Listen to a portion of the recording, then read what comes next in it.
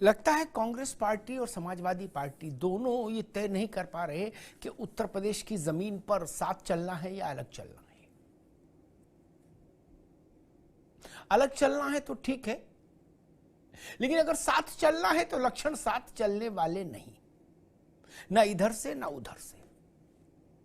दोनों तरफ से जो लक्षण है वो अलगाव के हैं, टकराव के हैं, सेपरेशन के हैं, साथ में चलने के नहीं, गठबंधन के नहीं। गांठें खुल गई ऐसा लगता है। और इसमें एक और एंट्री हो गई। अभी तक दो ही ये दोनों उत्तर प्रदेश में जूझ रहे थे आपस में, सपा और कांग्रेस। अब एक और एंट्री हो गई, पड़ोसी सूबे से नीतीश बाबू भी आ गए, बोले चलो यूपी टहल के आए, थोड़ा आनंद लें। उन्होंने, अब हो सकता है उनको लगा हो कि बिहार में कांग्रेस और लालू प्रसाद यादव में ज्यादा गुड्डी गुड्डी हो रहा है, राहुल जी को चंपारण मटन बनाना सिखा रहे हैं लालू जी, तो उनको भी कुछ खटका हुआ हो, तो उन्होंने उत्तर प्रदेश में कुंडी खटखटा दी नीतीश बाबू ने। अब उत्तर प्रदेश के कुछ इलाकों में, उन इलाकों में विशेष रूप से जहां कुर्मी बाहुल्य इलाके हैं उत्तर प्रदेश के, वहां रैली करेंगे नीतीश कुमार, और साथ में सपा भी रहेगी, कांग्रेस नहीं। तो उत्तर प्रदेश में ओबीसी के दो वो हैं, सबसे बड़े जातियां ओबीसी में, यादव और कुर्मी। वो दोनों पूरब में एक मंच पर होंगे वाराणसी में। यहां से बात शुरू होगी, अखिलेश यादव और नीतीश कुमार, एक यादव एक कुर्मी। और उस खेल से कांग्रेस को बाहर रखा है। तब कांग्रेस अपनी ढपली अलग बजाएगी क्या? और अलग बजाएगी तो फिर सुनेगा कौन? क्या उत्तर प्रदेश में कांग्रेस उस स्थिति में है कि अकेले चल ले? विधानसभा चुनाव में अकेले गई थी, स्थिति देख ली। लोकसभा में अकेले गई थी, स्थिति देख ली उसने। जब समाजवादी पार्टी ने उसके लिए सीट अमेठी और रायबरेली छोड़ी थी, उसके बाद भी अमेठी हार गए राहुल जी। तो ऐसे में अगर सपा और उनके बीच में बात नहीं बनी तो फिर वैसी परिस्थिति बन जाएगी क्या? और एक बड़ा प्रश्न ये भी कि क्या वास्तव में समाजवादी पार्टी भी अब कांग्रेस को बोझ समझ रही है कि भाई ये कंधे पर रखा बोझ है, जितनी जल्दी जहां उतरे पहली फुर्सत में उतारो? क्या उसके लिए वजह ढूंढी जा रही है दोनों तरफ से? और नीतीश कुमार का उत्तर प्रदेश में क्या इंटरेस्ट? बिहार से लगातार खबरें आ रही हैं कि नीतीश जी का जनाधार कम हो रहा है। कुछ वो उनके वक्तव्य भी बहके आ रहे हैं, कुछ का कुछ हो रहा है वहां। उस सब उधर दूसरी ओर तेजस्वी यादव तेजी से चीजों को अपने नियंत्रण में लेते जा रहे हैं। ऐसी स्थिति में नीतीश कुमार को इतना समय कहां से मिल गया कि उनने कहा कि चलो उत्तर प्रदेश में दखल दे के आए? इसके पीछे भी कोई रणनीति होगी, कोई कारीगरी होगी। सियासत में कुछ भी अकारण नहीं होता ना। सियासत में जो कुछ हो रहा है उन सब कारणों का महाकारण भी सियासत ही है। नीतीश कुमार यूं ही बनारस नहीं आए। बनारस के बाद अंबेडकर आजमगढ़ जाएंगे, फिर होते हुए फूलपुर तक रैली करेंगे, बताया गया। टेंट तंबू की सारी व्यवस्था हो गई, बिल्कुल इंतजाम चकाचक रहेगा। तो क्या है मसला? उनको अचानक से कैसे ध्यान आया कि चलो भाई वहां चले और अखिलेश यादव को मजबूत करें, या अखिलेश यादव के साथ खुद मजबूत हो जाएं? तो बिहार में मजबूत होना चाहिए नीतीश जी। जनता दल यूनाइटेड उत्तर प्रदेश में कोई चमत्कार कर ले, इसकी उम्मीद तो मेरे ख्याल से कोई समझदार आदमी नहीं करता। फिर मेहनत करने क्यों आ रहे हैं नीतीश कुमार? एक बड़ा सवाल है। क्या उत्तर प्रदेश में अपने लिए कोई चुनाव क्षेत्र खोज रहे हैं नीतीश बाबू? और अगर खोज रहे हैं तो क्या उनको ये लगता है कि जिसको भी प्रधानमंत्री बन का कैंडिडेट के तौर पर सामने आना है या बड़ा नेता बनना है, देश में प्रधानमंत्री के उम्मीदवारी टाइप का नेता बनना है, तो उसको उत्तर प्रदेश से लड़ना चाहिए लोकसभा का चुनाव? ये भी एक टोटका रहा है कि जो यूपी से लड़ा वो निखर गया। क्या इस प्रत्याशा में नीतीश कुमार उत्तर प्रदेश की रेकी कर रहे हैं? बहुत सारे सवाल, लेकिन हर सवाल का उत्तर अलग अलग होगा। पर एक धारणा पूरे विपक्ष को लेके उत्तर प्रदेश और देश में सामान्य तौर पर एक सी है, वो ये कि उत्तर प्रदेश में INDIA गठबंधन सबसे कमजोर स्थिति में झूल रहा है। देश में किसी भी राज्य में इतना कमजोर स्थिति में ये गठबंधन कहीं नहीं जितना उत्तर प्रदेश में है। गठबंधन की सारी गांठें खुल गई, कोई इधर भाग रहा है, कोई उधर भाग रहा है, आमने सामने का टकराव है। ऐसी परिस्थिति और किसी राज्य में नहीं, तो उत्तर प्रदेश में ऐसी परिस्थिति क्यों बनी? इसके पीछे कोई तो वजह होगी। वो वजह समझने के लिए मुझे लगा आज इस विषय पर चर्चा करनी जरूरी थी। हमारे साथियों ने एक रिपोर्ट तैयार की, जरा उस रिपोर्ट को देखिए, उसके बाद फिर मेहमानों से परिचय कराया, फिर बहस में चलेंगे।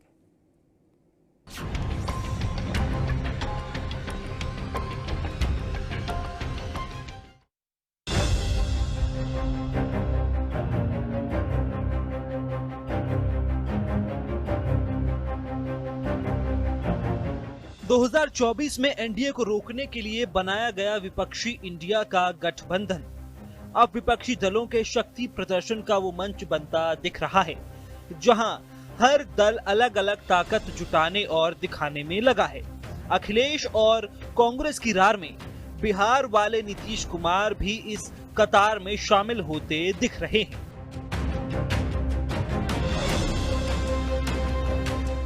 दरअसल कांग्रेस और आरजेडी की बढ़ती नजदीकियों पर भी नीतीश कुमार की नजर जमी है। वहीं जेडीयू लगातार नीतीश कुमार को विपक्षी गठबंधन का चेहरा बनाने की वकालत करती रही है। इधर सपा और कांग्रेस के बीच चल रहे तनाव में नीतीश कुमार ने अपना दांव चल दिया। नीतीश कुमार अगले महीने से यूपी में चुनावी मंच सजाने की तैयारी में है। पहले चरण में करीब 5 से 6 रैलियों का प्लान बनाया गया है। ये रैली पीएम मोदी के संसदीय क्षेत्र वाराणसी से शुरू होकर अंबेडकर नगर, फूलपुर सहित कुछ और लोकसभा क्षेत्रों में प्रस्तावित की गई हैं। समाजवादी पार्टी के मुखिया अखिलेश यादव को रैलियों के मंच पर बुलाने का प्लान बनाया गया है। इससे पहले नीतीश कुमार के फूलपुर से चुनाव लड़ने की खबरें भी सियासी गलियारों में चर्चाओं का सबब रही। वहीं नीतीश कुमार के इस प्लान ने नया घमासान मचा दिया है। अब नीतीश कुमार और अखिलेश यादव की इस मुहिम को सियासी तराजू पर तौलें तो यूपी के लिहाज से जातियों का एक बड़ा वजन दिखाई देता है।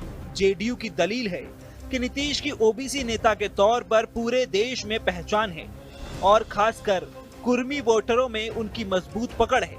ऐसे में यूपी की 30 से ज्यादा सीटें हैं जिन पर कुर्मी वोटरों का असर है।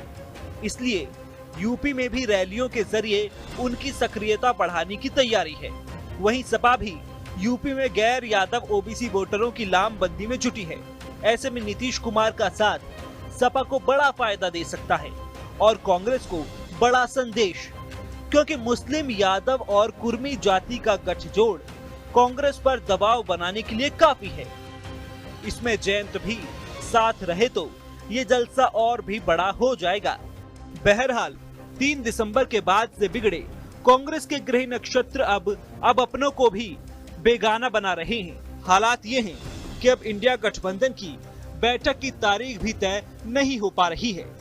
वहीं नीतीश और अखिलेश की बनती दिख रही इस जुगलबंदी पर सवाल यह है कि क्या यह सीट शेयरिंग के लिए बनाया जा रहा है प्रेशर, या कांग्रेस से हाथ छुड़ाने की तैयारी।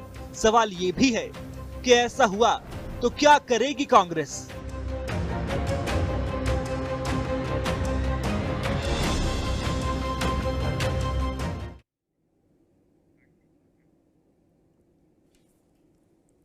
ये दबाव की राजनीति है या ये अलगाव की राजनीति है, ये प्रश्न बड़ा है। मेहमानों साहब का परिचय करा दे। ओपी सिंह साहब हैं, भारतीय जनता पार्टी के प्रवक्ता। ओपी सिंह साहब का स्वागत है। दीपक रंजन जी हैं, समाजवादी पार्टी के प्रवक्ता। दीपक जी का बहुत स्वागत है। डॉक्टर केबी त्रिपाठी साहब हैं, कांग्रेस के प्रवक्ता। त्रिपाठी जी का बहुत स्वागत है। और डॉक्टर के त्रिपाठी हैं, जनता दल यूनाइटेड के प्रवक्ता। त्रिपाठी जी का भी बहुत बहुत स्वागत। के त्रिपाठी जी, आपसे बात शुरू करूंगा। बिहार छोड़ के गंगा के इस पार डेरा क्यों डाल रहे हैं नीतीश बाबू? बिहार में ढेर काम बाकी है नहीं? देखिए अमिताभ जी, जब सपा हमारे उत्तर प्रदेश की पार्टी मध्य प्रदेश और राजस्थान लड़ सकती है, तो हर दल का लोकतंत्र में होता है कि हर दल लोकतंत्र में हर दल अपने पार्टी का फैलाव। जी, उसी परिप्रेक्ष्य में हमारी पार्टी तो समता पार्टी थी। समता पार्टी से 2 यहाँ पे MP रहे हैं, विधायक रहे हैं, मंत्री रहे हैं। अब उसका विलय जदयू में हो गया था, तो जदयू का तो एक जनाधार यहाँ था ही और है भी। तो इसमें मैं आपको बताना चाहता हूं कि मैं भी 2 बार गठबंधन में भारतीय जनता पार्टी के साथ यहाँ चुनाव में लड़ चुका हूं, तो ऐसा कुछ नहीं है। अब नीतीश कुमार जी का जो है कि इसको विस्तार दिया जाए और इंडिया गठबंधन को मजबूत करने के लिए जो जातीय समीकरण जो OBC का है या SC ST का है, इन सारे नेताओं को एक मंच पे लाने का जो काम, या विभिन्न दलों के जो तमाम राजनीतिक दल थे उनसे बातचीत करके सबको एक मंच पे लाने के साथ ही उत्तर प्रदेश क्या पूरे देश से भारतीय जनता पार्टी को बाहर करने के लिए एक तैयारी चल रही है। ठीक, उसमें छोटे दल को भी हम लोग इनवाइट कर रहे हैं जो बिल्कुल कुछ भी नहीं है। हम उन सब को लेकर के भारतीय जनता पार्टी के खिलाफ 2024 में। ठीक है डॉक्टर साहब जी, आएंगे आपके पास। मुझे ऐसा लगता है कि भाई कांग्रेस को ये सोचना चाहिए था, कांग्रेस को सबसे ज्यादा जय जयकार किसने शुरू की? नीतीश बाबू ने। बिल्कुल, कांग्रेस जिंदाबाद छत पे खड़े होकर कौन चिल्लाया सबसे पहले? नीतीश बाबू। जब वो इतनी मेहनत किए तो आप चंपारण मीट सीखने लालू जी क्या चले गए हैं? और खुद खाए और बंधवा के लाए प्रियंका जी के लिए हैं, और करे लालू जी हमारे गुरु हैं। तो नीतीश जी क्या करेंगे? कथा करेंगे, हवन करेंगे, हवन करेंगे, हवन करेंगे। वो नहीं समझ रहे कि कौन सा खेल खेल रहे हो। तो उनने कहा चलो हम यूपी चलते हैं, वहां तुम्हारा कुंडा करेंगे, आओ तुम बिहार में कुंडा करो, हम उधर कुंडा करेंगे। कुंडा कुंडा करने खेल हो रहा क्या भैया? केपी त्रिपाठी साहब, नक्षत्र तो ऐसा लग रहा है कि एक खराब ग्रह की दशा बीते तो दूसरा शुरू हो जाता, उससे पहले नहीं। अब ये नया समीकरण आ गया, बोले भाई नीतीश जी भी एंट्री लेंगे। क्या गेस्ट अपीयरेंस नहीं होते फिल्म में? भाई अखिलेश यादव और आप कम थे, नीतीश बाबू भी एंट्री मार गए। नहीं अमिताभ जी, मैं आपकी इस नरेशन से असहमति व्यक्त करते हुए ये कहना चाहता हूं कि देखने वाले की नजर चाहे जो भी हो, यहाँ पर साफ उद्देश्य है कि हमें भारतीय जनता पार्टी के कुशासन को समाप्त करना है। नीतीश जी हमारे सबसे बड़े सहयोगी हैं इंडिया के और रहेंगे, इस बात की दावेदारी मैं आज कर रहा हूं कांग्रेस के आधिकारिक प्रवक्ता के रूप में। अखिलेश यादव जी भी हमारे साथ हैं, लगातार वो प्रयास कर रहे हैं भाजपा को हराने के लिए। हमारा भी एक सूत्री कार्यक्रम है भाजपा को हराना। तो आपकी नजर में हो सकता है ये बुरे ग्रह भाजपा के हैं जो आप इधर कांग्रेस की ओर इसारा कर रहे हैं। ये ग्रह भाजपा के खिलाफ शुरू हो रहे हैं। नीतीश जी अभी अखिलेश बाबू को सुना था कुछ समय पहले, उनने मंच कान में नहीं कहा था, मंच पे माइक पे कहा था कांग्रेस धोखेबाज पार्टी है, चालू पार्टी है, इसको वोट मत देना। अब वो कांग्रेस को मजबूत कर रहे, कमजोर कर रहे, आप जानो, हमारे ऊपर दोष मत दो महाराज। हम तो सबकी खैरियत मांग रहे हैं, लेकिन आप तो आपस में लट्ठम लट्ठा किए पड़े हो। अरे अमिताभ जी, बिल्कुल भी कोई लट्ठम लट्ठा नहीं है। वो मध्य प्रदेश चुनाव में सीटों की बातचीत हो रही थी और उसमें बात ठीक नहीं हो पाई, तो अखिलेश जी ने इसीलिए मध्य प्रदेश चुनाव में ऐसा कहा। 24 के लिए गठबंधन है, अब हमारी सारी जो तैयारी है 24 की है। अब हम मध्य प्रदेश चुनाव या विधानसभा की ये ठीक है, ये जी बिल्कुल त्रिपाठी जी, ये क्लेरिफिकेशन आपने ठीक दिया कि अखिलेश जी ने कहा सोमवार को कांग्रेस चालू है, धोखेबाज है, मंगल को कांग्रेस अच्छी है, फिर बुध को क्या होगी हम बुध को बताएंगे, उसके हिसाब से वोट करना। जनता को लल्लू समझ रहे हो क्या सब लोग, और खुद को ज्यादा होशियार? बोले नहीं, सोमवार को कहा था अखिलेश जी ने, मंगल को तो उन्होंने कहा अच्छी। अखिलेश जी के सर्टिफिकेट से देश चल रहा है क्या? गजब करते हो भाई, इतना बड़ा नेता कौन हो गया?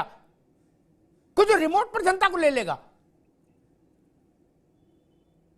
ये कोई तहसील के बाहर सर्टिफिकेट बन रहे हैं क्या कि मोहर लगे सर्टिफिकेट रखे, बोलो ले जाओ 100 रुपया में सर्टिफिकेट, बोले आज कांग्रेस अच्छी है, आज का बाजार खुला रेट, बोले कांग्रेस पवित्र है, कल बोले नहीं कांग्रेस धोखेबाज है, परसों बोले चालू है। क्या कहा है भाई, एक बार बोल दो ना, जब पूरा सोच समझ के रात भर चिंतन करो, फिर एक बार बोल दो कांग्रेस क्या है और साल भर उस पर टिको। ये आइस पाइस खेल रहे हो क्या भैया चोर सिपाही, ये ठीक नहीं। इसीलिए जनता वोट नहीं दे रही, इसीलिए तो ना कांग्रेस को वोट दिया ढंग से, कांग्रेस को भी तीनों राज्यों में ध्वस्तीभूत कर दिया, और अखिलेश, अरे रुको भाई, अखिलेश यादव को 0.5% वोट भी नहीं दिया। आपके कहने से वोट नहीं मिला, वोट तो कांग्रेस को बहुत मिला है अमिताभ जी। ठीक बात, अच्छी बात है, अच्छी बात भैया, देखिए ठीक, अच्छी बात जी, अच्छी बात। कांग्रेस अगर उस प्रदर्शन से संतुष्ट है तो मेरी तरफ से 2 लड्डू ज्यादा खाए। नहीं, संतुष्ट नहीं है, बहुत अच्छी बात, आपने कहा बहुत ज्यादा वोट मिला तो ठीक है, उस वोट को रखे संभाल, ठीक है। दीपक रंजन जी, एक बात नहीं समझ में आ रही, साथ चलना है नहीं चलना है, क्लियर हो जाए। कल मैं देख रहा था, समाजवादी पार्टी के एक भरोसेमंद चेहरे ने कहा कि भाई कांग्रेस को हम 2 सीटें दे सकते हैं उत्तर प्रदेश में ज्यादा से ज्यादा, और वो भी हम मदद करेंगे तो वो वहां लड़ पाएगी, नहीं तो नहीं। और पूजा उससे आगे नहीं दोगे, बोले ना उससे आगे सीट देने का मतलब है भाजपा की मदद करना, कांग्रेस क्या लड़ पाएगी यूपी में। ऐसी जलालत हो रही है। अब नीतीश बाबू भी एंट्री ले गए। मेरी समझ में नहीं आ रहा कि आज साथ चलना है तो सलीके से क्यों नहीं चलते, और नहीं चलना है तो किसी हसीन मोड़ पे छोड़ क्यों नहीं देते। नहीं, कोई एक जनता के दिमाग में एक मैसेज तो साफ रहे कि भाई ये स्थिति है। दीपक जी, देखिए अमिताभ जी, अभी दिन तारीख तय नहीं है कि आदरणीय नीतीश कुमार जी कब आ रहे हैं उत्तर प्रदेश, लेकिन वो आ रहे हैं उत्तर प्रदेश, उनका स्वागत है और समाजवादी पार्टी पूरी तरीके से उनका स्वागत करती है। और अभी देखिए ये कब आएंगे कब नहीं आएंगे, और अगर कांग्रेस पार्टी से आगे बात बनती दिख रही। अच्छा, नीतीश कुमार जी और आदरणीय अखिलेश यादव जी के बीच में कई राज्यों में भी लोग जाएंगे जातिगत जनगणना को लेकर, और रैली के माध्यम से लोगों को जागरूक करने का काम करेंगे कि जातिगत जनगणना हर राज्यों में क्यों जरूरी है, कम से कम उत्तर प्रदेश में जातिगत सर्वे करा दें। नहीं तो चूंकि कास्ट सेंसस का काम सेंट्रल का होता है, सेंट्रल उसको कराने का काम करे। और अभी आपने देखा होगा कि नीतीश कुमार जी के गवर्नेंस की तारीफ जो है उत्तर प्रदेश में भी, वहां पर बीपीएससी में वहां पर लोगों को नौकरी दी गई। अभी हमारे बड़े भाई आदरणीय ओबी सिंह साहब बैठे हुए हैं, इन्हीं के समकक्ष प्रवक्ता है सीएसएन सिंह जी, उनकी बेटी को भी वहां पर नौकरी दी गई। तो निश्चित रूप से उनकी यहाँ पे लोकप्रियता है, लोग उनको बुला रहे हैं। और हम तो नहीं समझते कि उसमें उसको किसी दूसरे एंगल से देखना चाहिए। ठीक है, उनके जैसा हमारे बड़े भाई जेडीयू के प्रवक्ता जी बैठे हुए हैं, अगर उनका वहां पे लोग हैं, यहाँ पे चाहे फूलपुर हो, चाहे बनारस हो, चाहे आपके प्रयागराज हो, या जिन भी डिस्ट्रिक्ट्स में जो है उनके लोग अगर उनको बुला रहे हैं तो निश्चित रूप से आना चाहिए। लेकिन जो सबसे बड़ा हम लोग का है कि पीडीआई एनडीए को हराएगा, और जो है जातिगत जनगणना को लेकर के हम लोग रैली के माध्यम से समाजवादी पार्टी और नीतीश कुमार जी, और अगर कांग्रेस पार्टी भी, तब तक आती बहुत से ऐसे छोटे दल, घटक दल हैं जो इंडिया मोर्चा का चाहे आरएलडी है उसमें, और अगर कांग्रेस पार्टी से भी सारी बात बन जाएगी तो निश्चित रूप से कांग्रेस पार्टी भी उसमें शामिल होगी। तो सबसे बड़ा हमारा जो रैली करने के माध्यम से लोगों को जागरूक करके, अमिताभ भैया, लोगों को जागरूक कर रहा है जातिगत जनगणना के लिए, कास्ट सेंसस के लिए। और कास्ट सेंसस की आवाज समाजवादी पार्टी निरंतर उठाती रही है, और रैली के माध्यम से लोगों को जागरूक करने का काम करेगी। और अमिताभ भाई ये बताने का काम करेगी, अगर इंडिया मोर्चा की समाजवादी पार्टी के सहयोग से सरकार बनती है तो हमारे पहले एजेंडे में होगा कास्ट सेंसस और महिला आरक्षण बिल। ठीक है भैया। वैसे मेरे ख्याल से लालू जी भी कोई मुथरे नहीं थे, और लालू जी मान लो तबीयत, हालांकि तबीयत अब तो ठीक ही है, आज तो वो वहां गए हैं बालाजी तेलंगाना दर्शन करने, अब तो ठीक है बिल्कुल। नहीं तो तेजस्वी जी कोई बुला लेते रैली में, तब भी मामला जमता। नीतीश बाबू और अखिलेश जी, इतनी सरल बात नहीं है ये। हा? इस केमिस्ट्री को समझना पड़ेगा, ओबीसी के फॉर्मेशन को समझना पड़ेगा यूपी में। देखिए भैया रुक जाओ, आगे बात आगे दोबारा में आएंगे तब। जो लोग ओबीसी के उत्तर प्रदेश में ओबीसी की संरचना को जानते हैं ना, वो जानते हैं नीतीश कुमार और अखिलेश यादव के मंच पर खड़े होने से क्या दो बड़ी जातियां ओबीसी की डिनोट होंगी। सारा खेल वहां पर आके टिकता है। खैर, ओपी सिंह जी, प्रधानमंत्री के चुनाव क्षेत्र से श्री गणेश होगा, अभी तक की तैयारी ये बता रही है। नीतीश जी के कई विश्वस्त लोग आके वहां देख समझ गए, टेंट तंबू का ऑर्डर दे गए, कहां मैदान होगा, कहां क्या होगा, कहां स्थिति परिस्थिति क्या बनेगी बनारस में। तो शुरुआत वहीं से होगी। ओपी सिंह जी। जी अफ्ताब जी, नीतीश बाबू बिहार छोड़ करके उत्तर प्रदेश में आ रहा है, हमारी तरफ से उनका स्वागत है, क्योंकि लोकतंत्र में सबको अधिकार है कि चाहे हैदराबाद वाले भाई यहाँ से चुनाव लड़े और जिनकी जमानतें जिन प्रदेशों में जब्त हो गई वो दोबारा आकर के यहाँ लड़ लें। अभी क्या आप देखते हैं 2024 के तो आगे 2024 लोकसभा चुनाव है, तो नए नए प्रयोग, नए नए फार्मूले उत्तर प्रदेश के लोगों को, देश के लोगों को देखना। अभी जो फिलहाल जो तीन प्रदेशों के थे, छत्तीसगढ़, मध्य प्रदेश, राजस्थान, तो आप ही के चैनल पर कहते थे, जो लड़ रहे थे वो भी कह रहे थे कि इंडिया गठबंधन जो है जीतेगी। अपने को नहीं कहते थे कि हम भी 72 सीटों पर लड़ रहे हैं, हमारी जमानत बचेगी कि नहीं, आधा % वोट मिलेगा कि नहीं, लेकिन ये जरूर कहते थे कि वहां इंडिया गठबंधन जो है वो भारतीय जनता पार्टी को हराएगी। अच्छा, पहली बात। दूसरी बात, ये जितने विपक्षी दल हैं या जो ये दो चीज से और भयभीत हो गए अफ्ताब जी। पहली चीज तो ये कि इनको पूरी उम्मीद ये थी कि इन तीनों प्रदेश में हम भले न जीते, कांग्रेस तो जीती रही है, तो हम बोल देंगे हम भले न जीते, इंडिया गठबंधन जीत गई, भारतीय जनता पार्टी हार गई। खैर, ये समझ नहीं पाए जनता के दर्द को। रही बात उत्तर प्रदेश, तो और दूना भयभीत हो गए। अरे भैया, वहां तो 80 में 64 जो है, 73 तक तो भारतीय जनता पार्टी गई, फिर 64 गई। 31% वोट 2014 में पूरे भारतवर्ष में भारतीय जनता पार्टी को मिली थी, लेकिन 2019 में इसी भारतीय जनता पार्टी को 38% वोट मिली।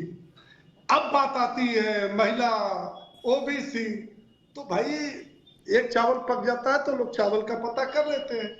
तीनों राज्यों से ओबीसी लड़े थे, 2 ओबीसी मुख्यमंत्री विदा हो गए, 1 ओबीसी जीता, शिवराज सिंह चौहान, और 5 प्रदेश में सारे मुख्यमंत्री हार गए, केवल 1 मुख्यमंत्री जीता, भारतीय जनता पार्टी का ओबीसी मुख्यमंत्री शिवराज सिंह चौहान।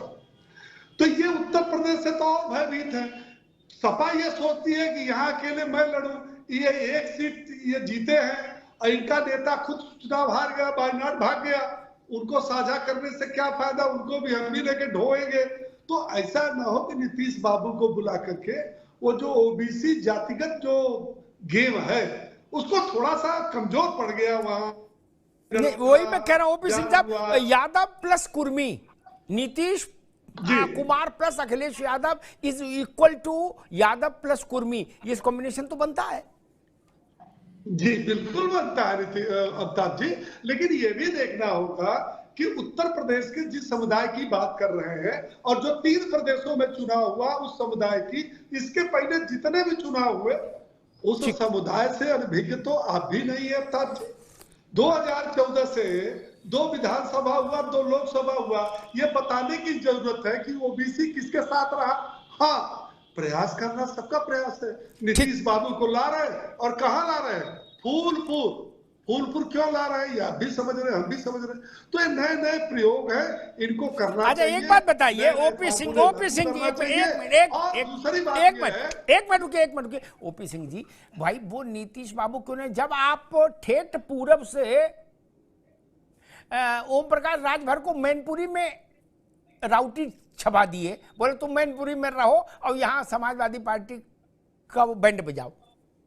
वो कह रहे हैं कि हम समाजवादी पार्टी को मैनपुरी में जीतने नहीं दें, घोसी का बदला लेने आए हैं।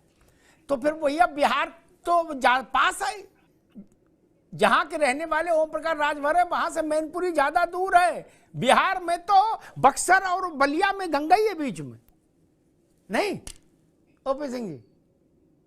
अच्छा ये बताए अफ्ताब जी, क्या आपको लगता है 2014-19 का जो लोकसभा चुनाव हुआ, जिनको हम आप गढ़ के रूप में प्रयोग करते हैं, किसका गढ़ बचा?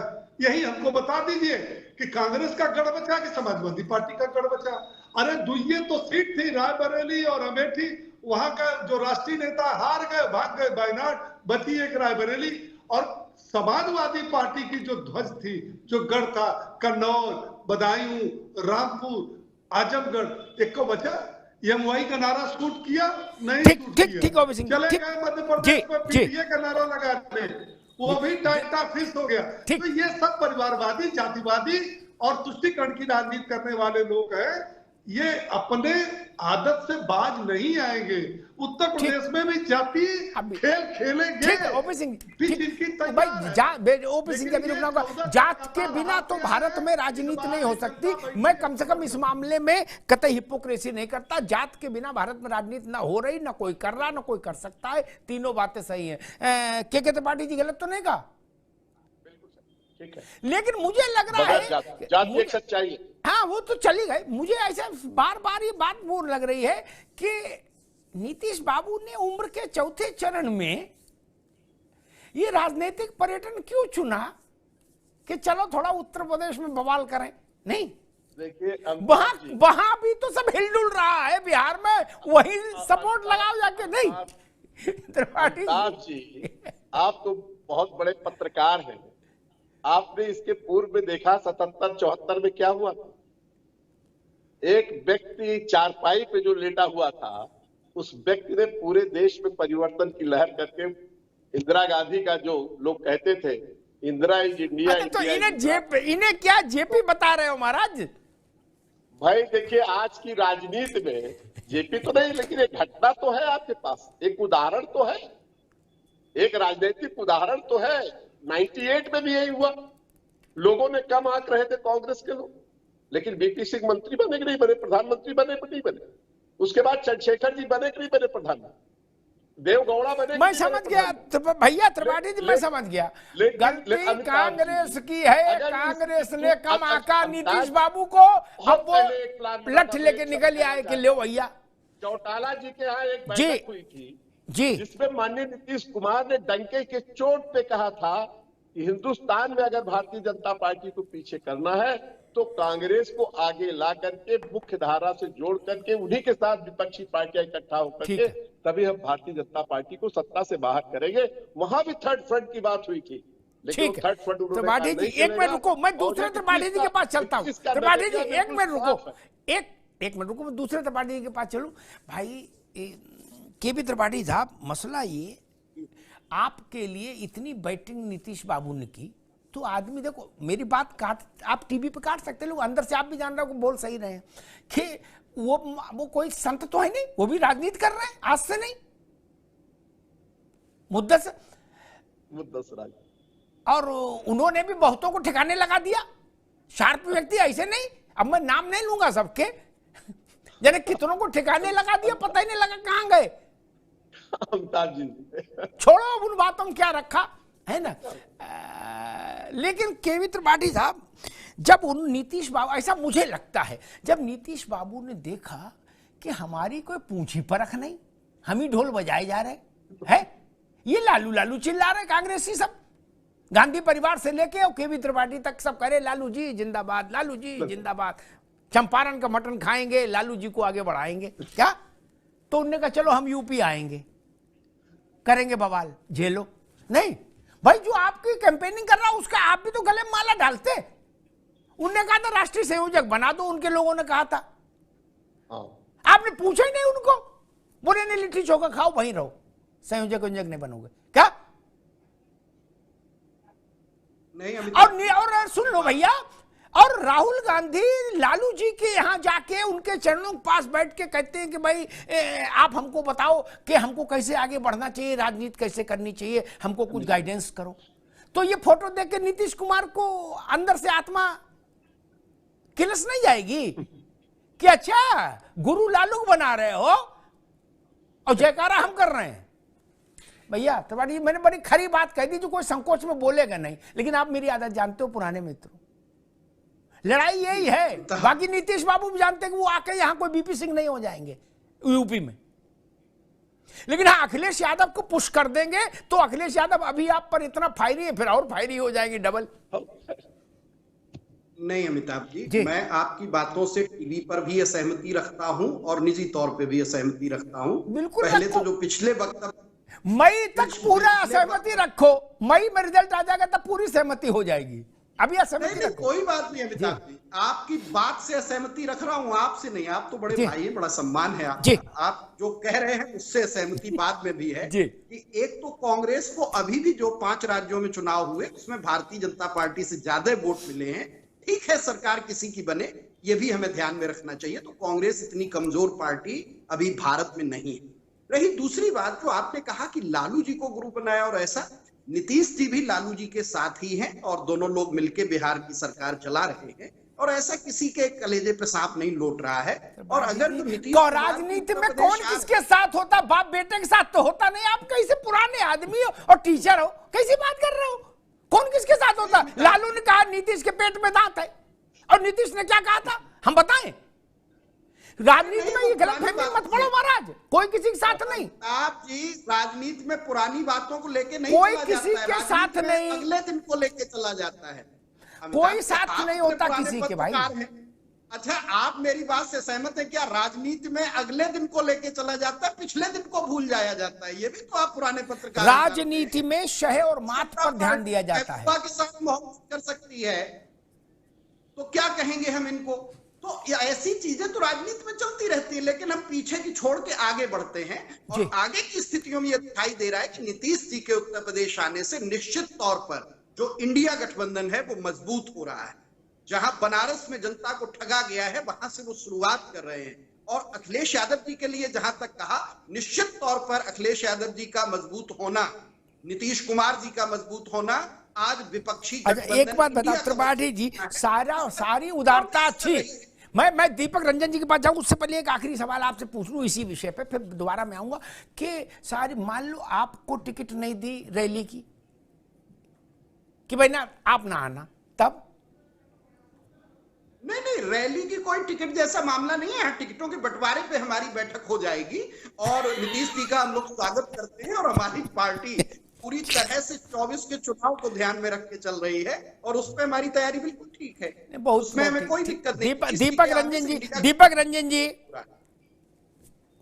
अव्वल तो ये हिपोक्रेसी बंद होनी चाहिए। दीपक भाई आ रहा हूं बस, कि राजनीति कोई बड़े मन के साधु संतों, परोपकारी, महान उदारवादी लोगों का खेल नहीं। निहायत छोटे मन के लोग, अपने लोभ लालच के लिए संघर्ष करते लोग, अपनी अतृप्त महत्वाकांक्षाओं के लिए आपस में झगड़ते लोगों का खेल है राजनीति। मित्र, हम भी 35 साल से यही देख रहे हैं। सिर हिलाओ और चाहे हाथ हिलाओ, उससे कोई फर्क नहीं पड़ता। मैं 10 उदाहरण दे दूंगा अभी, उनसे चेहरा खराब हो जाएंगे, सबके चेहरे खराब हो जाएंगे मित्र, बाकी कुछ नहीं होगा। खैर छोड़िए दीपक रंजन जी, बात समझ नहीं आ रही कि भाई साथ चलना है तो सलीके से चला जाए, नहीं चलना है तो सलीके से अलग हो जाए। नहीं, ये साप्ताहिक दैनिक आधार पर सीरियल क्यों चले? तू तुम्हें मैं का नहीं, या इससे भी लोकतंत्र मजबूत हो रहा है? इससे भी भाजपा कमजोर करने की कोशिश हो रही है, ऐसा करके ऐसा लग रहा है क्या? देखिए अमिताभ भाई, आपसे ना कोई चीज छुपी है ना आपसे कोई चीज छिप सकती है। जब मध्य प्रदेश में हमने इनके साथ 1.5-2 बजे तक कांग्रेस पार्टी के साथ हमने बात की और हमने वही सीटें मांगी थी जहां पे समाजवादी पार्टी विनिंग थी और चुनाव 2018 में जीती थी। हमारे एकमात्र विधायक थे, ये सही है, लेकिन जब इनको जरूरत पड़ी थी सरकार बनाने के लिए तो हमने अविलंब बिना किसी शर्त के हमने इनको समर्थन, राज्यपाल महोदय को हमने समर्थन पत्र दिया था। उसके बाद ही इनको महामहिम राज्यपाल ने इनको सरकार बनाने का न्योता दिया था। लेकिन इन्होंने मेरे साथ क्या किया? तो देखिए, अब तो कहीं ना कहीं इनको भी समझना चाहिए। और मैं बार बार कहता हूं, हर हार जो है वो कुछ ना कुछ सबक और कुछ ना कुछ सीख सिखा करके जाती है। तो अगर, और देखिए माहौल आपने देखा होगा, 5 राज्यों के जो चुनाव भी कंडक्ट हुए वो पूरी तरीके से जो जनादेश आया वो सत्ता के खिलाफ आया। अब मध्य प्रदेश में अगर आप कहेंगे तो मध्य प्रदेश में 2018 में भी जनता ने इनके खिलाफ जो है चुनाव वोट किया था, और उस टाइम कांग्रेस पार्टी की सरकार बनी थी। लेकिन ठीक है, कुछ कारणवश जो है वो ऑपरेशन लोटस कर गया, जैसे भी इन्होंने अपनी सरकार बना ली। तो इसलिए 2024 में भी आज भारतीय जनता पार्टी का हमारे बड़े भाई ओपी सिंह साहब कह रहे थे कि 5 राज्यों में भारतीय जनता पार्टी ने ओबीसी की बात अभी कर रहे हैं। तो मेरे बड़े भाई, ऐसा ना हो कि मध्य प्रदेश को ओबीसी साहब के चक्कर में कहीं बड़े वाले ओबीसी साहब के लिए परेशानी का सबब ना बन जाए। एक बहुत बड़े आपके अभी ओबीसी हमारी चिंता की बात कर, आप अपनी चिंता करिए, हमारी चिंता न करिए, आप अपनी चिंता करिए। जी बड़े भाई, आप तब से तो चिंता हमारी कर रहे थे। इतनी चिंता अगर आपने देश की कर ली होती, देशवासियों की कर ली होती, सम्मानित जनता की कर ली होती, तो आज को आपको 38 दलों का घटक दल लेकर नहीं चलना पड़ता। हम तो आपसे यही चाहते हैं कि ठीक है, जनता ने हमको जो भी मैंडेट दिया, जो भी हमको जनादेश दिया, हम उसको ससम्मान स्वीकार करते हैं। लेकिन आपने जो जनता से वादा किया, 450 रुपए सिलेंडर देने का वादा किया, कब आप पूरा करेंगे? ओबीसी की बात आप कर रहे हैं, लेकिन ओबीसी के नाम अभी तक आप प्रस्तावित नहीं कर पा रहे हैं चीफ मिनिस्टर के लिए। तीनों राज्य में अभी तक आप जो है सीएम फेस अभी तक आप नहीं पूछ पा रहे हैं। अरे मैं तो चाहता हूं जब वहां सरकार बनेगी ओपी भैया, तब आप वहां पे 450 रुपए सेंटर करना। उत्तर प्रदेश में तो आपकी पूर्ण बहुमत की सरकार है, शुरुआत यहां से करिए ना। उत्तर प्रदेश में 450 रुपए सेंटर के, यहाँ की जनता आपकी जनता नहीं है क्या? यहाँ की जनता, यहाँ की हमारे माताएं बहनों के लिए आपके दिल में दर्द नहीं है? 450 रुपए सेंटर यहाँ से करिए, कितनी सहूलियत हो जाएगी उत्तर प्रदेश के लोगों को। अरे हम लोग भी घर जाएंगे तो सीना चौड़ा करके कहेंगे कि एक सब्जी और बढ़ा लो इसमें, और रात घर जाते हैं तो पत्नी कहती है कि सिलेंडर 1000, 1100, 1200 रुपए सेंटर मिल रहा है, एक सब्जी तुम्हारे लिए बना दे रहे हैं, वही बहुत बड़ी बात है, दूसरी सब्जी की बात भी मत करो। तो थोड़ा यहाँ पे भी सहूलियत दीजिए। आपके मैनिफेस्टो में मैंने तो नहीं कहा था जी, अब ये मैंने नहीं कहा, ये इनके मैनिफेस्टो में था कि 450 रुपए का सेंटर देंगे। हम तो जनता की आवाज कह रहे हैं, आप बहुत अच्छी सरकार चलाइए, मेरी शुभकामनाएं हैं। हम तो चाहते हैं जनता के द्वारा चुनी गई, जनता के लिए सरकार हो। भैया ठीक है दीपक बाबू, ठीक है, मैं ओपी सिंह के पास चलूं। उससे पहले एक बात, जो जनता जनता कर रहे हो, सब लोग ऐसा दिखा रहे हो कि जैसे जनता के दुख में रोते रोते दुबरा गए हो, सोते नहीं हो, दिन भर रोते रहते हो जनता के दुख में। एक वो हमारे के त्रिपाठी जी की पार्टी के सांसद है झारखंड और उड़ीसा जैसे गरीब सूबे में कारोबार है वहां के राज्यसभा के, उनके ठिकानों पर छापा पड़ा। अब लग 200 करोड़ गिन पाई ये कुल सारी एजेंसियां लग के, मशीनें गर्म होकर बंद हो गई। क्या अभी 10-12 कमरे खुलने बाकी हैं? समझ ही नहीं आ रहा कितना कुबेर खजाना रखे हैं। और जिससे बात करो वो कहता देखिए जनता, ये जनता दे गई थी पैसा, ये 200 करोड़ जनता दे गई थी कि लाला मेरे रख लेना इससे गांधीवाद मजबूत हो रहा था, इससे सेकुलरिज्म मजबूत हो रहे थे 200 करोड़ से। कहां से आया पैसा? जांच की जरूरत नहीं। 200 करोड़ नगद स्वाभाविक है, ईमानदारी का पैसा नहीं है इसमें। क्या ये तो प्राइम फसाई तय है कि ये पैसा ईमानदारी का नहीं। मैं तो हैरान हो गया देख के, उसका जो वीडियो मैंने देखा, कितनी हवस है पैसे की। 200 करोड़ रुपए घर में रख रहे हो, अरे बेशर्मो, और खादी पहन के घूम रहे हो और कह रहे हम लोकतंत्र को मजबूत करने आए हैं। गजब कर रहे हो भाई, गजब कर रहे हो। और उसके बाद बात करो तो होगा कि नहीं। देखिए हम लोग तो जनता के लिए लड़ने वाले लोग हैं। जनता रोटी को परेशान हो रही है। उड़ीसा में क्या स्थिति है, झारखंड में सामान्य आदिवासी की क्या स्थिति है। ये 200 करोड़ इस शराब के कारोबारी के पास आए कहां से? और 200, बाकी सूत्र तो बता रहे हैं कि 300, 350 तक जाएगा मामला। और कन्नौज वाले वो जो थे ना अपने भैया दीपक, वो कल रात से डिप्रेशन में चले गए, उनका रिकॉर्ड टूट गया। उनके यहां 190 करोड़ पकड़े गए थे। वो कह रहे भाई ये तो हमारा भी रिकॉर्ड तोड़ गया साहू।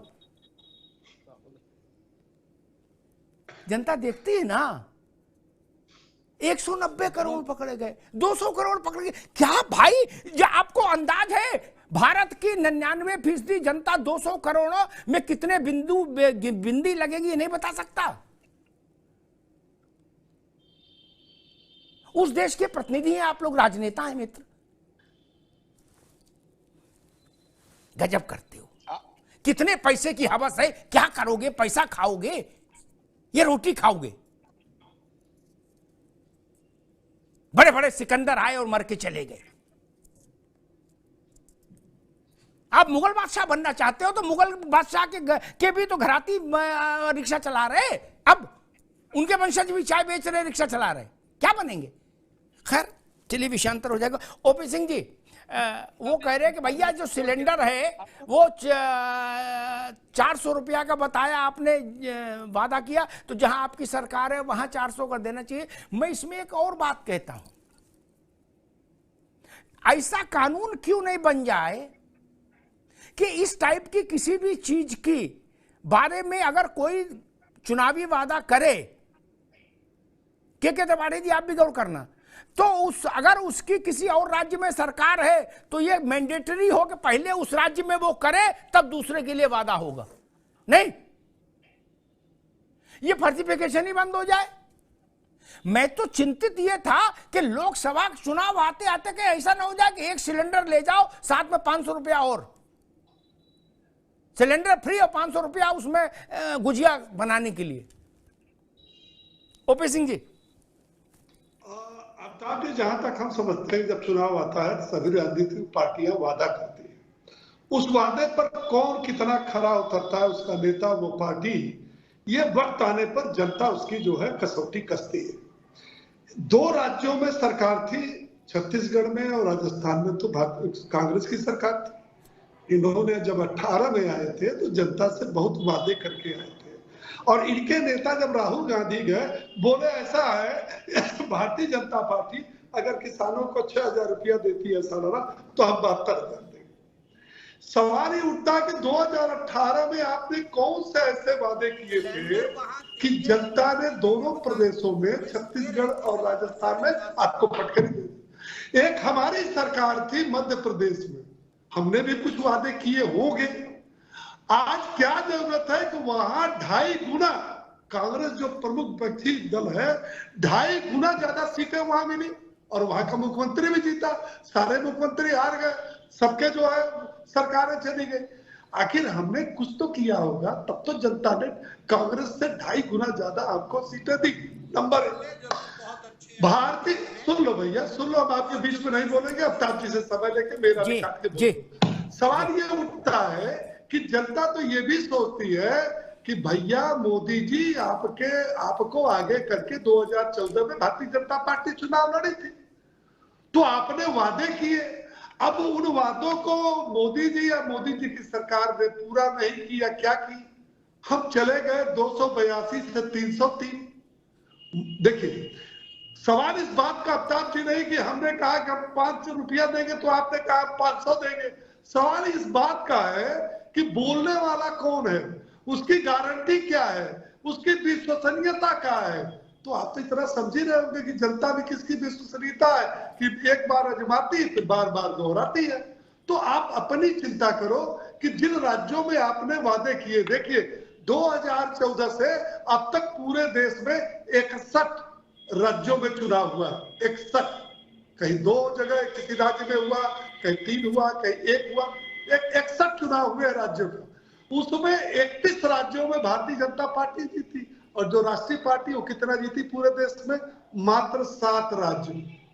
आंकड़ा देख लीजिए, मैं बोल रहा हूं, आपसे भी कांग्रेस से पूछ लीजिए कि 2014 से 7 राज्यों के अलावा अगर वो कहीं चुनाव जीते हो तो मुझको फोन करके बता देंगे, नहीं मैं 8 चुनाव जीता।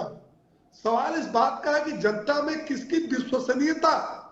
दूसरी बात यह है कि जो दल सरकार में आने के लिए बड़े बड़े वादे करते हैं, अगर पूरा नहीं करेंगे तो क्या असर होगा। जनता का तो कोई नाता रिश्ता है नहीं, जनता का केवल एक रिश्ता है कि विकास की कसौटी पर जो खरा उतरेगा हम उसी को चुनेंगे या नहीं देंगे। तो हम तो कसौटी पर खड़े। और एक बात ध्यान लीजिए, मोदी जी के चेहरे पर ये तीनों प्रदेश का चुनाव लड़ा गया।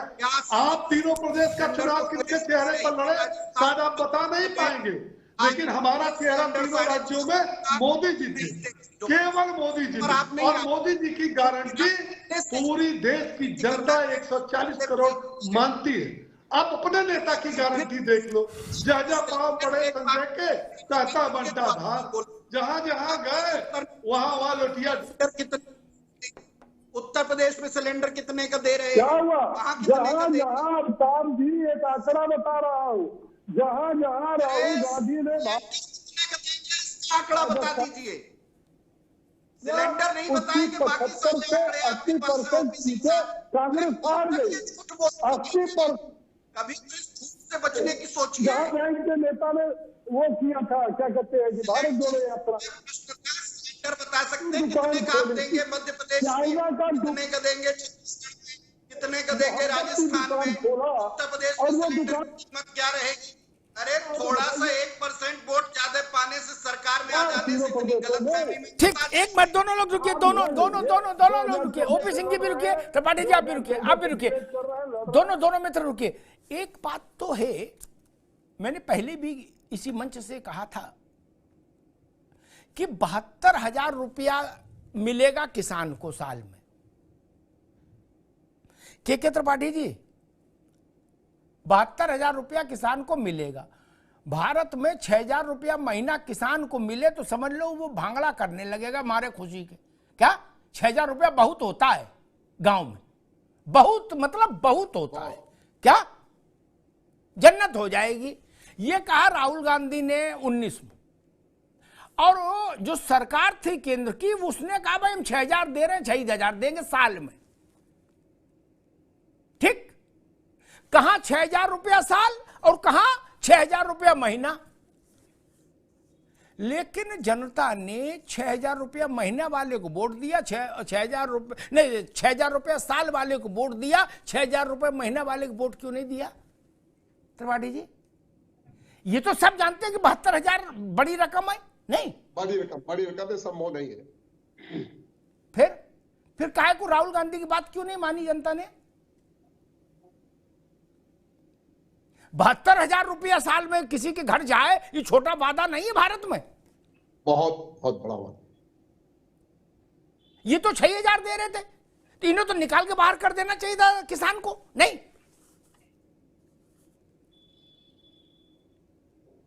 वाणी पर विश्वास होना चाहिए जनता को कि जो कह रहा है उसकी विश्वसनीयता कितनी है, नीति और नियत उसकी कैसी है। अमिताभ जी, फर्क पड़ता है इसका। ये बड़ा प्रश्न है मित्र। अभी मैं खड़े होकर कह दूं कि हर भारत के हर व्यक्ति को 5,000 रुपया महीना दूंगा, मुझे प्रधानमंत्री बनाओ, जनता बना देगी? नहीं ना, वो कहेगी बकलोले यार, कैसी बात कर रहा है आदमी। मान लो मैं खड़ा हो जाऊं, मैं अपनी पार्टी बना लूं, पार्टी बनाने में तो बहुत पैसा लगता नहीं, और एक ट्वीट ठोक दूं कि 4 पहिया की गाड़ी और 5,000 रुपया महीना उसमें पेट्रोल डलाने के लिए, मौज लो। नहीं, जीत जाऊंगा ना। विश्वसनीयता बहुत जरूरी है। ये बात भी कांग्रेस आपको भी ध्यान रखनी चाहिए, क्योंकि ये तो बहुत ऑब्वियस उदाहरण मैंने दिया। त्रिपाठी जी, केपी त्रिपाठी जी, गलत बात तो नहीं कही ना। 72,000 रुपए का अनाउंसमेंट छोटा अनाउंसमेंट नहीं था, भारत की 70% आबादी का भाग्य बदलने वाला अनाउंसमेंट था। 6,000 रुपया महीना गांव में मिले, आदमी जन्नत में पहुंच जाएगा, बैकुंठ में। इतना खुश हो जाता। वो तो कांग्रेस को इतना जिताता कि 400 सीट जीत के आती कांग्रेस। क्यों नहीं माना? और 6,000 रुपया साल का मतलब 500 रुपया महीना। केवी त्रिपाठी जी, अमिताभ जी, निश्चित तौर पर कहीं ना कहीं उस संदेश को हम जनता तक नहीं पहुंचा पाए, और ऐसा संभव नहीं कि दिया नहीं जा सकता था, बिल्कुल दिया जा सकता था। भारत की इकोनॉमी का हाल आज आप देखिए, और जो मनमोहन सिंह साहब की बनाई हुई योजनाओं थी, उनके आधार पर भारत की इकोनॉमी इसी स्थिति में पहुंचनी थी। लेकिन ठीक है, कुछ कारण ऐसे होते हैं कि राजनीतिक हार हमें झेलनी पड़ी। जैसे अभी भी आपने कहा, तो मैंने कहा कि 5 राज्यों के कुल वोट जोड़िए तो बीजेपी से ज्यादा हमें वोट मिले।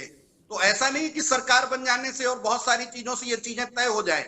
ये राजनीति है और जनता देख रही है। लेकिन जो प्रश्न था वो भी बिल्कुल जायज है कि क्या आज सिलेंडर आप वहां 450-500 का देंगे, और क्या राजस्थान और छत्तीसगढ़ में हम 450 और 500 का सिलेंडर नहीं दे रहे थे?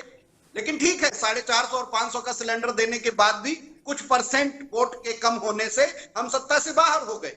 और क्या भाजपा एक मिनट त्रिपाठी जी, एक मिनट त्रिपाठी साहब, एक मिनट केबी त्रिपाठी जी, एक मिनट केबी त्रिपाठी, एक मिनट। एक और बौद्धिक बात कर ले हम लोग, शोरगुल से अलग। क्या आप आपने उसमें कह दिया हम बात नहीं पहुंचा पाए, ये बात गलत है। रुपया की बात तो अंधेरे में बोल दो, कान में पूरे देश में पहुंच जाती, पहुंचाई नहीं जाती रुपया की बात।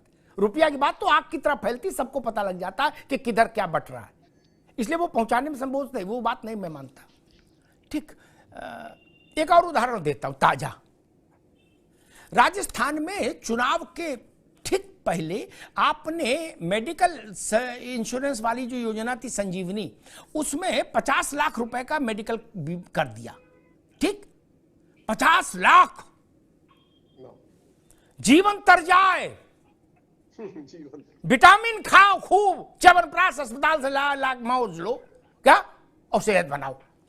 क्योंकि ये जो ओपी सिंह की सरकार है केंद्र की, इसने तो 5 ही लाख का रखा है आयुष्मान भारत, इससे आगे बढ़ाई नहीं। आपने 5 में गुणे 10, 50 लाख, जैसे नहीं बोली लगती है, आपने कहा 50। अब ये मत कहना प्रचार नहीं कर पाए, इसका प्रचार करने खुद राहुल जी अस्पतालों में गए, छोटे नेता नहीं, सुरजेवाला नहीं, राहुल गांधी मरीजों को जा खुद बताया, पूरी सरकार ने प्रचार किया। जनता ने क्यों नहीं माना कि भाई 50 लाख भी बहुत बड़ी रकम हो जाती है।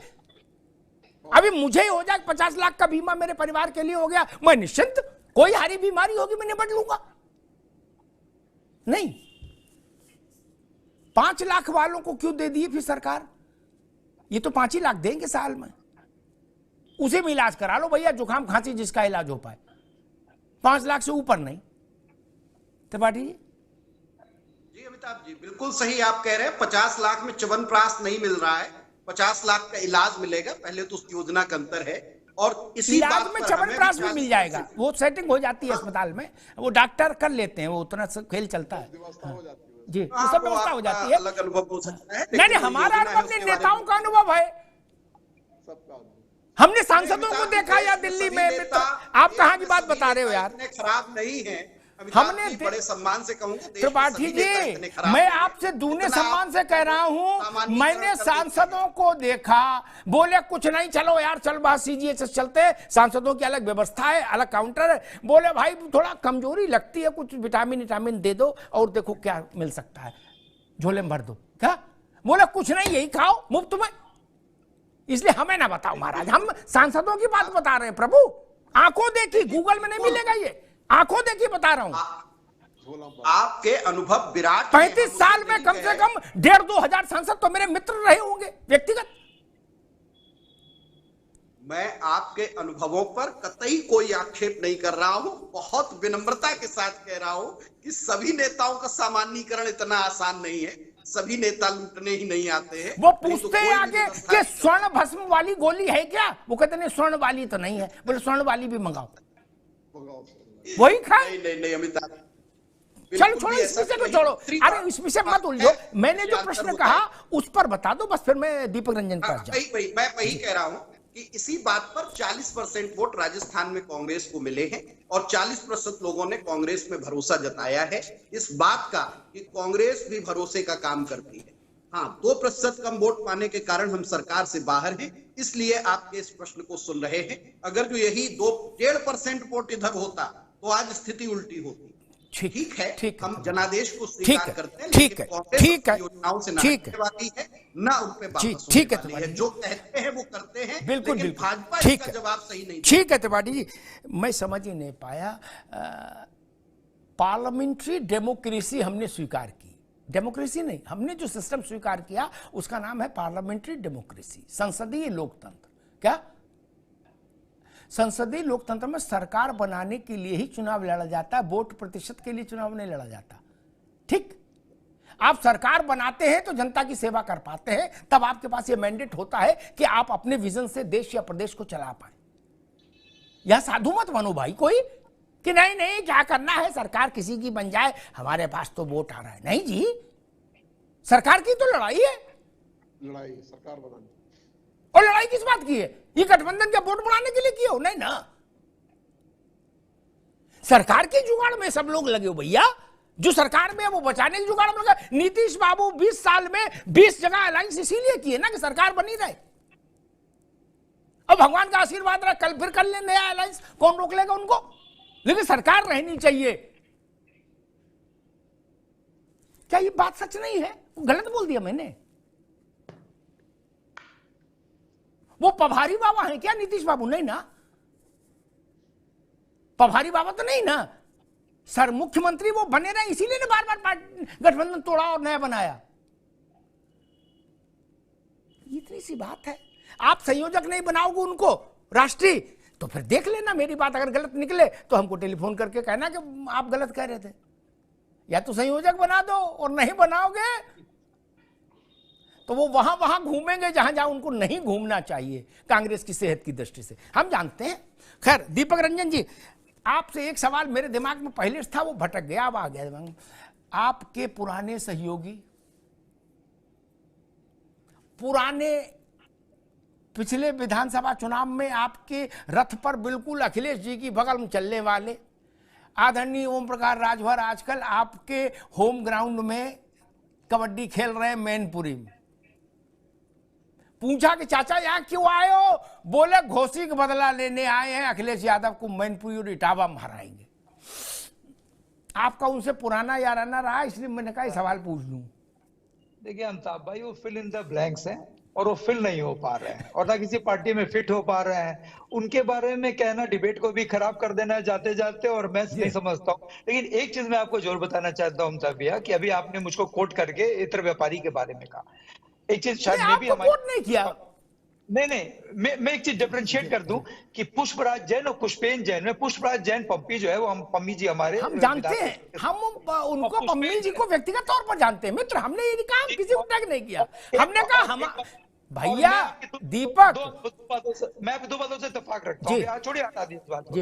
एक तो ये बिल्कुल सही है कि वोटों की गिनती होती है, वोट तौला नहीं जाता कि किसका वोट भारी है। काउंटिंग ही सब कुछ जो है वो रखता है। अगर हम एक वोट से भी हम हारे हैं तो हमें हार स्वीकार करनी चाहिए, और अगर कोई हमें कहीं पे हम हारे हैं, कहीं पर हम वो है। और देखिए, और दूसरी बात आपने जो कही कि कोई भी चीज मैनिफेस्टो में डालने से पहले, क्योंकि हम लोग एक बहुत छोटे से कार्यकर्ता है पार्टी के, लेकिन आपकी ये बात मुझे बहुत हिट कर गई, अच्छी लगी कि आपने कहा कि कोई भी चीज मैनिफेस्टो में, संकल्प पत्र में डालने से पहले जहां जहां पर भी अगर राज्यों में सरकारें हैं तो उसको पहले इंप्लीमेंट करके दिखाए, उसके बाद जनता आकलन करे कि इसमें क्या कर। और मैं देखिए ओपी भाई नहा के नाराज हो रहे थे, मैंने ओपी भाई से यही कहा कि देखिए जनता की बात आप भी करते हो, जनता की बात हम भी करते हैं। हम जनता की बात इसलिए नहीं कर रहे कि, और जनता की बात आदरणीय अमिताभ जी आप भी करते हैं, क्योंकि आप भी लोकतंत्र का एक मजबूत स्तंभ है। हमने बस ओपी भाई से यही पूछा कि भाई आपने 2.5 लाख नौकरी देने का वादा किया आपने, और आप 2018 में क्या हुआ? अरे 2018 में सब कुछ सही रहता तो कांग्रेस पार्टी सत्ताविहीन क्यों होती? सत्ता में होती। तो आपने इस चीज को स्वीकार किया, खुद ही ओपी भाई ने स्वीकार किया कि चुनाव से पहले बहुत से वादे किए जाते हैं। तो ये माननीय मोदी जी वाली परंपरा मत चलाइए कि 2014 से पहले जो उन्होंने वादे किए थे, आज 10 साल पूरा होने को आ रहा है, कोई भी वादा उन्होंने इंप्लीमेंट नहीं किया, कोई भी उनका वादा अमलीजामा नहीं पाया। तो उस परंपरा को आप तोड़िए। अगर आपने कहा करने के लिए 450 रुपया, तो आप एक नजीर पेश करिए। आप उत्तर प्रदेश से शुरुआत करिए, फिर आप राजस्थान, मध्य प्रदेश। ठीक है दीपक रंजन, रुकना होगा। ओपी सिंह 30 सेकंड, सिर्फ इतने से प्रश्न पर उत्तर दे दीजिए। मेरा ये कहने का मतलब था कि वादा सभी करते हैं, जनता किस पर विश्वास करती है ये पूछने की बात है। दूसरी बात, जैसे आप हमको कह रहे हैं, आप स्वास्थ्य में 50 लाख सालाना देने की बात कर रहे हैं, किसानों को 72 लाख देने की बात कर रहे हैं, तो आप 72,000, तो ये तो 2019 से आप कह रहे हैं। जहां जहां आपकी सरकार चुनी गई, कर्नाटक में, इसके बाद हिमाचल प्रदेश में, तो क्या आपने वहां के लोगों को भी 72,000 किसानों को सालाना दे रहे हैं? 50 लाख क्या उनको स्वास्थ्य बीमा दे रहे हैं? जिन प्रदेशों में जाकर के बोले हैं, हमने तो जो बोला है, अगर जनता के अदालत में विकास की कसौटी पर हम खरा नहीं उतरे तो आप इतने पीछे क्यों चले गए भैया? मैं तो ये पूछना चाहता हूँ। और मैं ये भी कहना चाहता हूँ कि जनता से जो वादा करिए उसको जनता बखूबी बारीकी से देखती है और विश्वास उस पर करती है जो उस वादे को पूरा। ठीक बात। मैं एक बात से हमेशा मुतमईन रहा अपने पत्रकारी जीवन में, के त्रिपाठी साहब, जनता हम की सामूहिक प्रज्ञा और सामूहिक मेधा हम सबसे कई गुना ज्यादा होती है। वो हमसे बेहतर जानती समझती है और गुनती है, बोलती नहीं है कि गुनती है। छोड़ दीजिए फाइलें, किताबें, टीवी, अखबार क्या कह रहे, छोड़िए। जनता सच को जानती है। इमरजेंसी में तो जो कुछ छप रहा था, केबी त्रिपाठी साहब और के त्रिपाठी साहब, आप उस वक्त लड़ी रहे थे इमरजेंसी में। इमरजेंसी में जो कुछ सब छप रहा था, अच्छा छप रहा था। बुरे वाले तो जेल में थे जो बुरा छापते।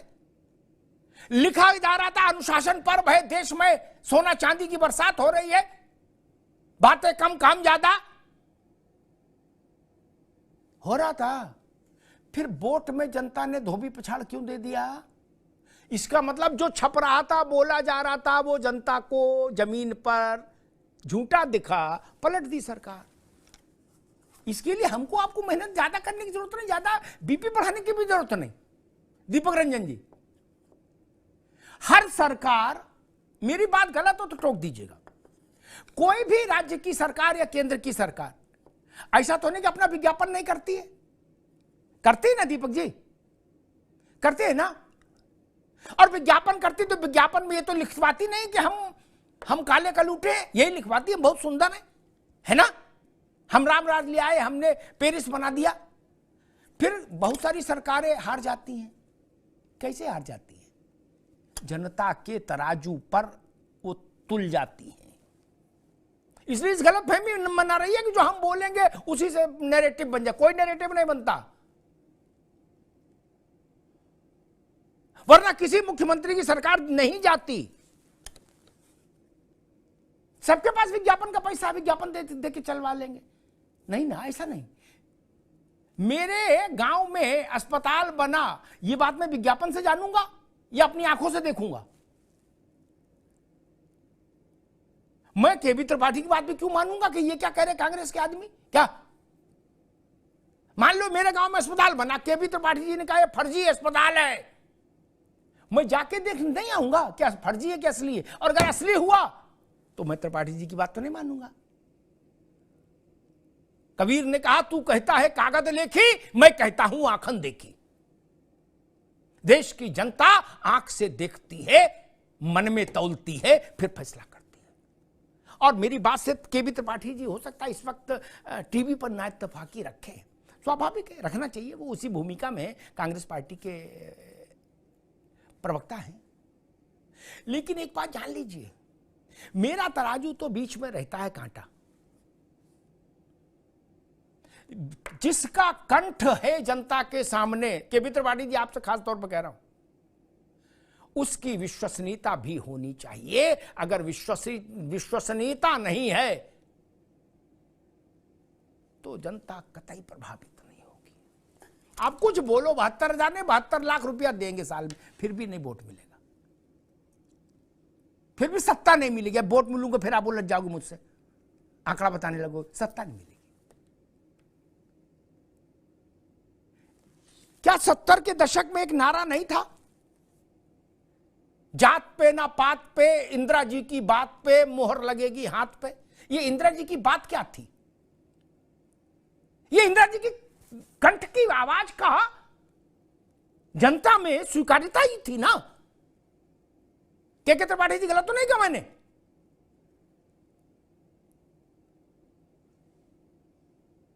यही था ना कि इंदिरा गांधी पर लोगों को भरोसा था। आज वो भरोसा नरेंद्र मोदी के प्रति है मित्र। आपको अच्छा लगे तो भी और खराब लगे तो भी। खराब लगे 2 रोटी ज्यादा खाना। मान लो मैंने कहा दीपक रंजन एक व्यक्ति से कि हम आपको 1 बाल्टी भर के रसमलाई देंगे, आप हमारे पक्ष में वोट करो, और दीपक रंजन ने कहा हम 2 बतासे ही देंगे क्या, और उसने दीपक रंजन को वोट कर दिया। तो ऐसा मूर्ख तो कोई नहीं कि बाल्टी भर रसमलाई का ऑफर छोड़ दे 2 बतासे के लिए। और अगर छोड़ रहा है तो इसका मतलब उसको अमिताभ अग्निहोत्री की बात पर भरोसा ही नहीं, वो जानता है कुछ नहीं देगा, झुट्टा है। यही ना है? वरना ऐसा कौन बुड़बक है जो 72,000 छोड़ के 6,000 ले ले? नहीं ना। और एक आखिरी बात कहूंगा, जो प्रसंग आज आ गया, हमको याद है के त्रिपाठी साहब जिस राज्य की पार्टी से हैं। वहां एक मुख्यमंत्री हुए कर्पूरी ठाकुर साहब। कर्पूरी बाबू का कुर्ता फटा, मुख्यमंत्री चंद्रशेखर जी ने कहा कि भाई क्या कर्पूरी बाबू कुर्तवा तो ठीक बनवा लो, तो उन्होंने कहा अभी तो चल जाएगा, अभी नहीं। 10-5 ऐसे पुराने समाजवादी बैठे थे वहां, चंद्रशेखर जी ने अपना कुर्ता ऐसे आगे किया और बोले भाई हम कर्पूरी ठाकुर के कुर्ता के लिए फंड इकट्ठा कर रहे हैं। क्या सस्ते जमाना था, 1000-1100 रुपया तुरंत जमा हो गए, कर्पूरी जी को दिए, बोले इससे आप 1 दर्जन कुर्ता बनवाओ। और कर्पूरी ठाकुर की महानता देखिए, उन्होंने वो पैसा मुख्यमंत्री राहत कोष में जमा करा दिया। इस देश ने ऐसे राजनेता देखे हैं मित्र। आज एक आदमी से राज्यसभा के सांसद के यहां 200 करोड़ रुपया मिल रहे और अभी गिनती जारी है, जिसे वोटों की गिनती होती है। मैं सबसे निवेदन करूंगा, ऐसे दृश्य भारत की गरीब जनता के मन पे क्या असर डालते होंगे। ओपी सिंह जी, दीपक जी, के त्रिपाठी जी, के त्रिपाठी जी, आप खुद सोचिए। गांव में ननकू और रज्जाक भी टीवी देख रहा है, वो भी सुन रहा है 200 करोड़ निकले, अभी आगे निकलने की संभावना है। ये लोग खादी को कलंकित कर रहे हैं, भारत की राजनीति को कलंकित कर रहे हैं, भारत के गरीब के साथ छल कर रहे हैं, भारत के गरीब के साथ प्रहसन कर रहे हैं।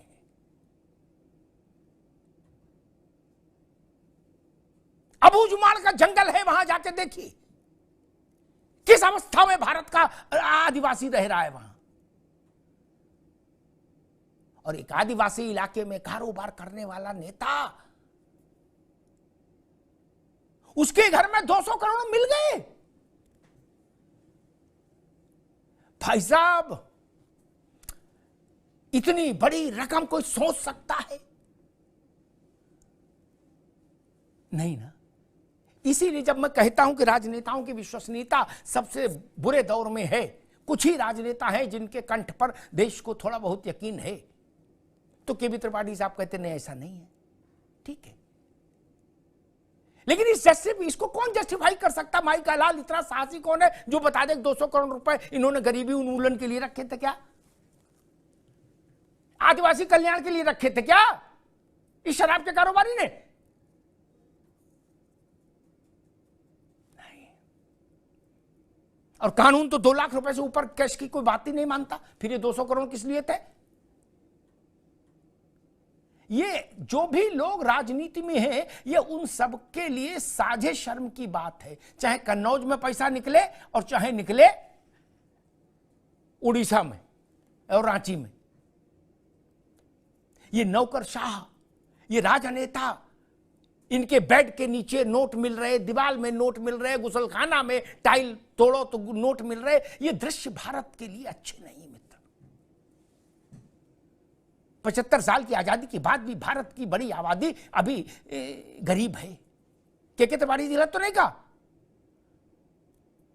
महानगरों से बाहर निकलिए, पांव पांव भारत घूमिए, आपको पता लग जाएगा। उनसे आप बता दीजिए कि 200 करोड़ मिले, हो सकता कई लोग बेहोश हो जाएं सुन के, इतना पैसा।